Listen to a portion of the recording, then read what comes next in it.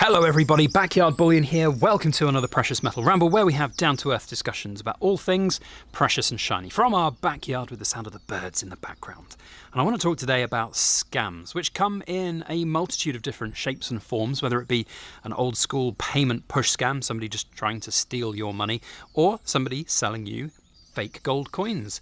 A deal that might seem too good to be true, or what I call legal scams, where companies will sell you garbage coins at massively inflated prices and just flat out overcharge you, but make promises that the coins are going to be the most amazing investments or you're going to make the right decisions for your grandchildren.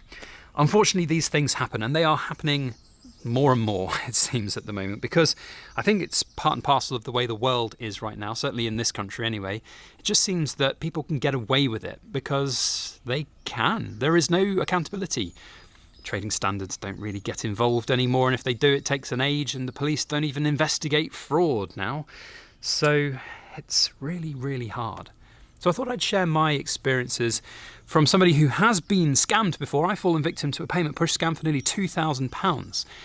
What it was like, how I handled it, what I did, but also share some tips, hints and tricks for if you might be in one of those other categories where you are buying coins and they turn out to be fake, or if you're buying coins which you think are the best coins in the world, but actually when the hard truth hits home that they are actually garbage and worth pretty much spot on a good day, if not less than spot. How do you handle the situation? What can you do to try and recoup your money? What can you do to make yourself safer and better as a buyer? There are a whole host of different methods by which you can protect yourself from scams and fake coins. I hope to just be able to share some of my experience on it. So let me know your thoughts down in the comment section as we go, and don't forget to hit the thumbs up as we go throughout this video. Now, as I said, scams come in many different forms. The first one I want to talk about, though, is the fake coin situation. So there are a lot of fake coins out there, and they don't even have to be good fakes. You just have to not be doing your due diligence as a buyer to fall victim to it. Whether it's just a gold-plated 50p coin sold at an auction. That is a real situation, by the way. Pretty scary stuff. But it happens quite a lot, and you put something in a real box that's empty and it looks good and somebody pays for it and they don't check it, put it in a vault, 30 years later they're out a lot of money. It happens. So check your coins. Make sure what you are buying is actually genuine. I've talked about it many times before on the channel. Make a habit of, when you buy something, first of all, doing some due diligence on the company that you're buying it from, but also the coin itself. Make sure that it looks right in the photos that you're doing. If you're buying at auctions, make sure you can maybe go and see the coin in person before actually bidding on those coins. And ultimately, if something seems too good to be true, that's the biggest warning sign. So if a gold coin is going less than spot price on whether it be eBay or any other auction platform, ask yourself why. Now, a lot of the time, gold coins go for less than spot price on some of these auction sites because there are buyer's fees that buyers factor in. So if buyer's fees are 20%, often what you'll find for a coin, just a bullion coin, it will be priced at 20% under spot price because somebody's factoring in that 20%, so they end up paying spot price in total. So do just bear that in mind. It's one of the sort of auction house legal scams in a way that people don't realise that there's a buyer's fee on top and they bid spot price and they realise they've paid 20% over spot price. But then just make sure the coin is real. Like, unpack it when you get it, check it. There are plenty of different ways to check it, but one of the best ways is with a Sigma metal tester, Sigma Metalytics Metal Investor, or the Pro model, which is a great segue into our sponsor Trusty Metrics, who supply those machines, which I can't recommend highly enough. We are very proudly sponsored by Trusty Metrics, who are the UK's exclusive supplier of the Sigma precious metal testing machines. They are fantastic bits of kit, worth their weight in gold, in my opinion. They've helped me grow my business and my stack and have that peace of mind that all the gold and silver that I own and that I buy is indeed real gold and silver. Something that, if you're a business, is imperative, but if you're a stacker, that peace of mind, as I said, is worth its weight in gold. Now, Trusty Metrics are a fantastic organisation, a small family-run business that provides customer service second to none. And I have first-hand experience of getting their technical help and expertise when I've been trying to test big chunky bars of silver like this, or just getting to grips with how the machines run. They are always there. I mean, they've been fantastic for me, even on weekends, to get prompt answers for just simple queries.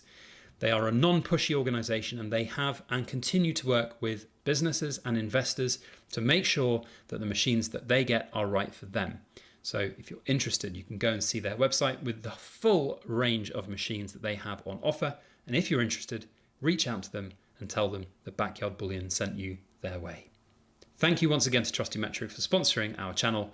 And now back on with our precious metal ramble.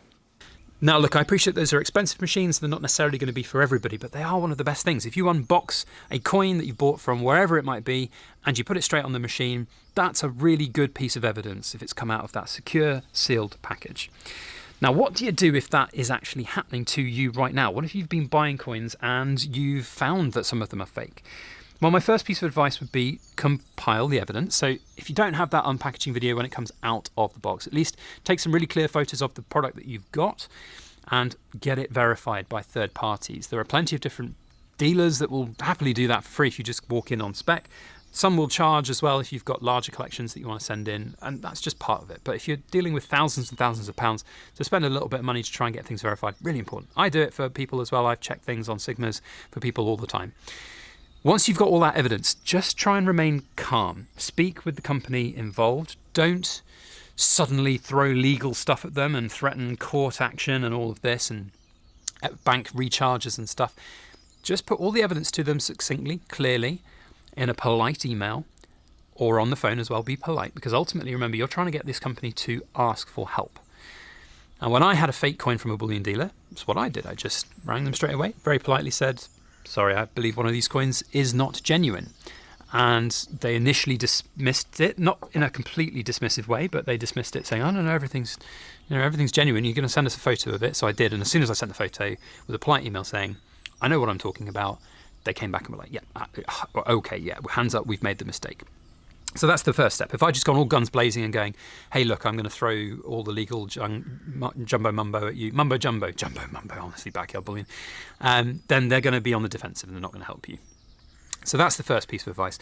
Second is tell someone, talk with someone about it, because it's so isolating when you get this and you feel that pit in the stomach go, you feel the isolation, you feel the victimhood really strike home, and that can be really, really scary. And that in itself can be really hard to break out of, because you don't want to feel embarrassed with your loved ones. When I got scammed through my payment push scam that I fell victim to, I was in the car park when the penny dropped, and I was like, oh God, what do I do? Do I tell Mrs. Backyard Bullion? And for a brief second I was like, no, I'm going to resolve this myself and not tell her. But I was like, no, but this is going to take months to resolve. Can't not tell her, and I feel bloody awful about it. So I rang her and told her, and she was brilliant about it. I mean, this is what you fear, that everything, you're just going to get told off by your wife or your husband or whatever it might be. But actually, the good people are there to help you. And she was just like, well, look, it's £2,000. It's a lot of money, but we're not going to lose the house. We're not going to be able to. We're not going to be able to pay the bills. We'll get it sorted. Don't worry about it. I'm here to help you. Are you okay? That was the first thing she said, and that's amazing. Second phone call, straight to the bank. So that's my next piece of advice. If you're buying stuff and it ain't genuine and you bought on debit, credit cards, get on it with your bank. Even if you bought through Banks Transfer, you can get on it with your bank now as well. So lots of different ways that you can protect yourself. But you have to talk to someone, have to tell someone, have to stand up for yourself, and not being victimized by this is real, and I can attest to that. It feels absolutely horrible to be a victim of this. Very, very violating, but talk to somebody about it. It's the best thing that you can do. Now, the next thing I want to talk about is the sort of legal scams, so to speak. So you've perhaps not bought a fake coin. It's a real coin. It's a genuine coin. In fact, I'm not going to hold up the Germanium Mint stuff while I talk about legal scams, because the Germanium Mint make lovely products. But actually, whilst we're on the Germanium Mint, they do make premium products. And if somebody has Germanium products that they're trying to sell you and they're actively saying to you, this is the best product you're ever going to buy, you're definitely going to make loads of money on it, it's the best decision you can ever make for your grandchildren, for their inheritance, X, Y, Z. Just have a step back and think about what that is. I do reviews for Germanium Mint all the time, and their products are lovely, but they are expensive products some of the time. And there will be people who've bought Germanium Mint products at a premium who won't make that money back on them. Those are different to the legal scams that I'm describing, which I'm holding up this coin for, from a company that I will not name because they're not doing anything illegal. So it'd be defamation if I named that company. But they have They and many other companies, quite frankly, have been well known for producing coins, which some look quite nice, but ultimately are not usually worth anything more than spot price, but are sold at 2, 3, sometimes even 4 times the price of the metal inside them. And they are often pressure sold. I've had a number of people in my time who've got in touch with coin collections from these companies, graded coins in like MS68, Britannia coins and stuff like that, that just are garbage, and they are massively overpriced. And then when you go to these people and say, well, it's worth X, Y, and Z, they are distraught about it, to say the better word. And there are companies that will use pressure selling tactics, social engineering tactics to get you to rush into these decisions. They will, as I said, make illusions of the grandeur of the potential of the investment, and they'll do all of these other things to emotionally manipulate you to make that decision. And that's really horrible. So what do you do if you find yourself in one of those situations? If you're just watching this video and you've been like, hang on, that makes a lot of sense. I feel like that's happening to me. What can you do? Well, you actually find that a lot of these companies will take coins back and give you a refund if you really do fight your case. If you start politely replying to them and calling them and talking to them and fighting your case, often it will take a number of different goes around the merry-go-round to get them to do this, but I've had people get full refunds on their investments that they've been oversold on. Doesn't always happen though, that's the important thing. But if, for example, you're on a subscription for these overpriced coins, then just get in touch with them and say to them, look, I don't want these coins, I want to send them back. Often as well, you'll find that if coins are sold at a fixed price, because they're premium items, they are not what would constitute bullion from a distance selling regulation. So often when you buy like a bullion bar from a bullion dealer, you can't return it because it's fixed against live spot metal prices. Now, if you've been oversold these really tatty things, you've actually got consumer rights up to 30 days for a no quibble return, get your money back kind of thing. So if you found a relative that's got this situation happening, then yeah, you can probably get your money back within 30 days, which is great news. Interesting. Well, while I'm talking on that, I actually have another little story to tell about a situation, which isn't really in a scam, but it's about helping a relative. I sold, through my Backyard Bullion eBay account, I sold a couple of my 1 gram and 10th ounce gold bars. It was about 4 or 5 years ago. And they were all to the same address in Northern Ireland, of all places. And they all went fine, great. And about literally 28 days after the sale, I got an email through the eBay platform and a return request from this person. I went, uh-oh, scam alert, someone's going to try and send me back something that ain't real. But as it turned out, it was basically somebody fraudulently using the eBay account and bank card of this elderly, vulnerable person, and then they were pocketing the gold, and I think it was a relative, and then they'd found out and found the gold and wanted to just return it and get the money back. And initially I was like, well, no, because I believe you're going to be scamming me. Then they explained the situation. I was like, oh, of course, definitely. But please be aware, I'm going to be filming the box when it comes back to me and unboxing it, and hopefully everything will be in there. And it was, and it was all fine. But you have rights as a buyer. I think it's really important to remind people of that. So isolation is really, really difficult, and it's very, very hard. Talk about it. And that's one of the best things about the social media communities that we've got, whether it be the Silver Forum or Stackers Social. There are some situations going on the Silver Forum and Stackers Social at the moment where people are sharing stories about issues that they are experiencing right now, having bought what they think are fake coins. All alleged situations. I'll put a link to that down in the description box below, but it's pretty scary stuff. But the good news here is that people are not alone. People are there to help. And goodness me, the help that's coming out from this situation is impressive. Some proper little detective work going on here. So ultimately, if you find yourself in one of the situations whereby you have been scammed through an old school payment push scam and money's left your account, talk with someone, talk with your bank, get some help. If you find that you've been buying gold and it's not real, unfortunately, if a lot of time has passed, it's not a great deal you can do about it, but you might still be able to take some legal action if you've got the right evidence to try and formatively put it there. But if it's just blatant, outright potential fraud, hopefully your bank should still be able to help you. I don't know what the statute of limitations, or it's not really the statute of limitations, but the time by which somebody can help. I think 6 months rings a bell from your bank. If you've been scammed, you've got up to 6 months to make claims with them, I think. And then the last one there, if you're being pressure sold to, if you're buying stuff that ultimately is being sold as a great investment. Look, The companies that make these kind of coins, some of them look quite nice. This coin is not a horrendous looking coin. It's quite nice. Is it worth 2 or 3 times spot price? No, most assuredly not. So ultimately you are getting a genuine gold product, but you're just massively overpaying for it. And some people fall victim to that because they don't know better. So educate loved ones, educate yourself more about these circumstances. That would be my best advice for this. But to finish up this video, I do want to just complete it by talking about the emotional side of things of being victimized by one of these types of scams. So for me, even to this day, I feel quite heavily victimized by that payment push scam now.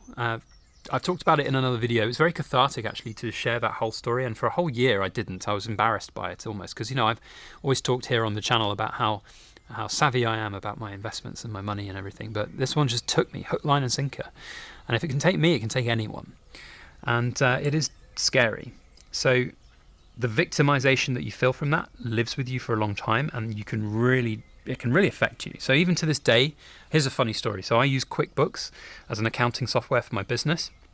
And unbeknownst to me, I ticked a box within the QuickBooks platform to say that I'd like to talk with somebody about upgrading my service. Not that I actually wanted to upgrade my service. I'm quite happy with what I've got. But I then got a random phone call from an unknown number. I answered it. I don't normally answer, but I answered that one. And it was a very robotic sounding voice. I'm not going to lie. It was a very robotic sounding voice that said they wanted to talk to me about my accounting and bookkeeping solutions. And I went, I'll pull the other one. You're just a robot. You're an AI. You sound like an AI. And the guy was like, no, I am not an AI. It was so robotic. It was hilarious. And I just kept on saying, no, you're an AI. Look, prove me wrong then. Go and open the BBC homepage and tell me what the first thing is on, page 2 after clicking here and there. And then it caught to me that an AI would probably be able to work that out very quickly. So it's not. And I was like, yeah, I don't believe you. And I hung up the phone. I then got an email from that person a couple of hours later going, we were hoping to talk to you about this, and you were a bit hesitant to talk and thought we were an AI, but we are genuine. Here we are. Call us back if you want to. So to this day, I'm really always so skeptical about these phone calls, pressure sold to, and all of this. I think it's quite funny. I can see the light side of it, but really though, there is some trauma there still, which sucks. And now whenever I have situations with my bank where I freaking hate the banks when they make you try and do this stuff. I'm always the one that has to phone the bank. So there have been a few occasions where the banks have phoned me to say, we need to talk to you about this transaction. I say, well, absolutely not. Hang up the phone. I ring back. Sometimes I have to wait to get through to the fraud department, but then I get through and then we sort it out. It takes longer. It's a bit more of a hassle, but actually that's the best practice to do, quite frankly.